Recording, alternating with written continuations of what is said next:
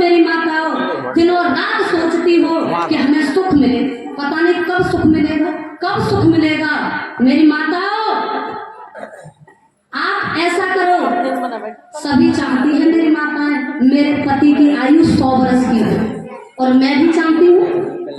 ये नहीं चाहती, ये तो चाहती हैं, इनसे ज्यादा मैं भी चाहती हूँ मेरे पति की आयु 100 वर्ष की हो। अब पति की आयु लंबी कैसे होगी? मेरी माताओं सुनो ध्यान से, देखो, पति की बहन का सम्मान किया तो वही पति की आयु बढ़ जाएगी, और पति की माँ का सम्मान किया तो पति की आयु बढ़ जाएगी।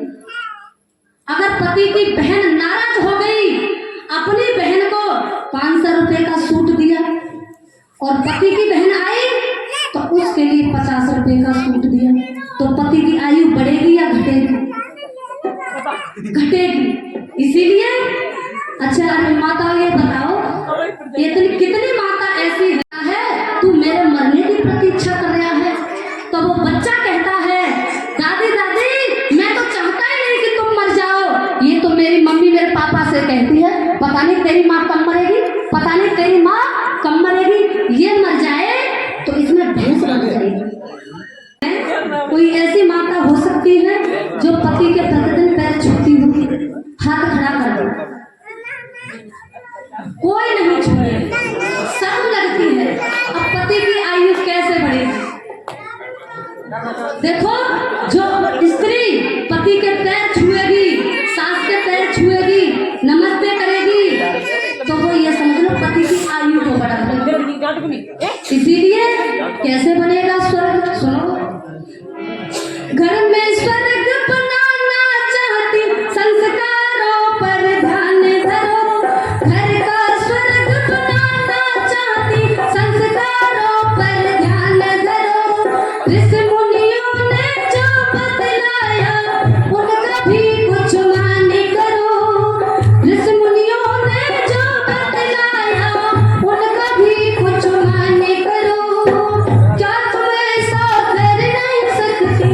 ऋषियों की मर्यादाओं को, ऋषियों की मर्यादाओं को भूल में ना बिसराओ। समय आ गया महकाओ, तुम जागो देश जगाओ।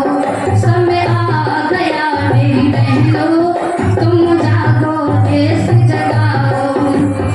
आज लाज भारत माता की, आज लाज भारत माता की, खतरे में है बचाओ। समय आ गया माताओं, तुम जागो देश जगाओ। समय आ गया मेरी बहनों, तुम जागो देश जगाओ। समय आ गया मेरी बहनों, तुम जागो देश जगाओ।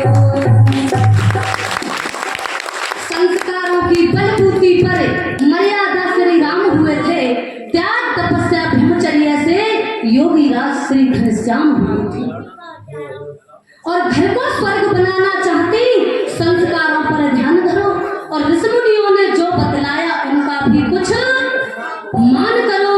मेरी माताओं, आपने भरत को जन्म दिया, ऐसे भरत को जन्म दिया जब राम का वनवास हो गया, तो जैसे ही पंचवटी के पास पहुंचते हैं, मर्यादा श्री राम और माता सीता और लक्ष्मण और भरत बेचारे इधर से निठान होकर के दुखी होकर के जा रहे हैं, दुखी होकर के जा रहे हैं भरत। और जैसे ही लक्ष्मण ने धूल को उड़ते हुए देखा तो कहने लगे, राम से कहते हैं लक्ष्मण कि भैया उठा लो धनुष, धनुष उठा लो। मैं आपके चरणों की सौगंध खाता हूँ, कसम खाता हूँ, इसको जीवित नहीं जाने दूंगा यहाँ से, इसको जीवित नहीं जाने दूंगा। क्यों? कि ये सोच रहा होगा वनवास तो 14 वर्षों का हुआ है, अगर लौट करके आकर के ले लिया राज्य तो, इसीलिए भैया धनुष उठा लो, ये मारने के लिए आ रहा है। मैं आपके चरणों की सौगंध खाता हूँ, कसम खाता हूँ, यहाँ से जीवित नहीं जाने दूंगा। तो राम कहते हैं उतर क्या नीचे। लक्ष्मण से कहते हैं उतर क्या नीचे। मैं जानता हूं मेरा भरत कैसा है।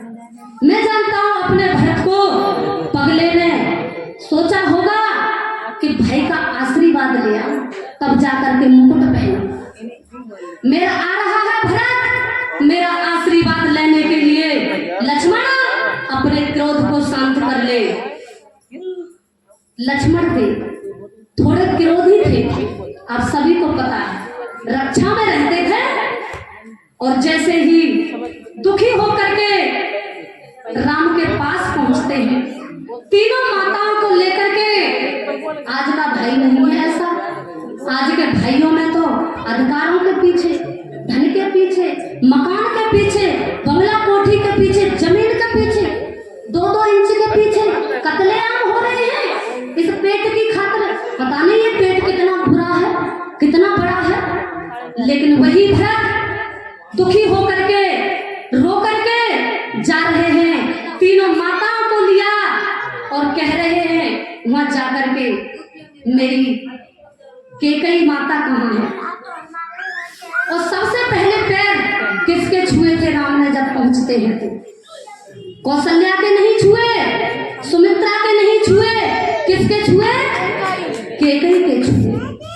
और पैर छू करके कहते हैं, पैर छू करके कहते हैं कि माँ तुम मेरी चिंता में, मेरे वियोग में इतनी कमजोर हो गई।